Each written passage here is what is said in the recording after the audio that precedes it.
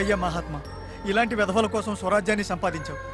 ఏ రక్తపాతాన్ని చూడకూడదని నువ్వు జీవితాంతం కోరుకున్నావో అదే రక్తపాతాన్ని నీకోసం నీ కళ్ళ ముందే చూపించారు. పవిత్రంగా ఉండాల్సిన ఈ ప్రదేశాన్ని భ్రష్టు పట్టిన రాజకీయ పార్టీ జెండాలతో అపవిత్రం చేశారు. నేను సృష్టించిన జెండా రక్తపాతాన్ని కోరుకుంటుందని తెలుసుంటే ఈ పింగళి వెంకయ్య అసలు జెండాకే రూపకల్పన చేసేవాడు కాదు.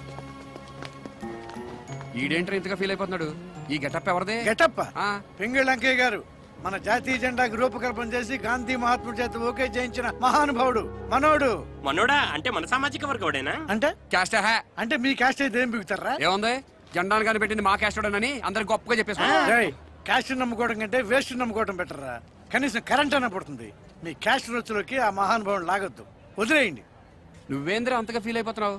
నువ్వు అదే సామాజిక వర్గమా? వీడి గ్యారంటీగా ఫీల్ అయిపోయాడు. ఒరే అసలు వీడు ఏ సామాజిక వర్గం రా? అసలు సామాజిక వర్గం అంటే ఏంటన్నా? సామాజిక వర్గం అంటే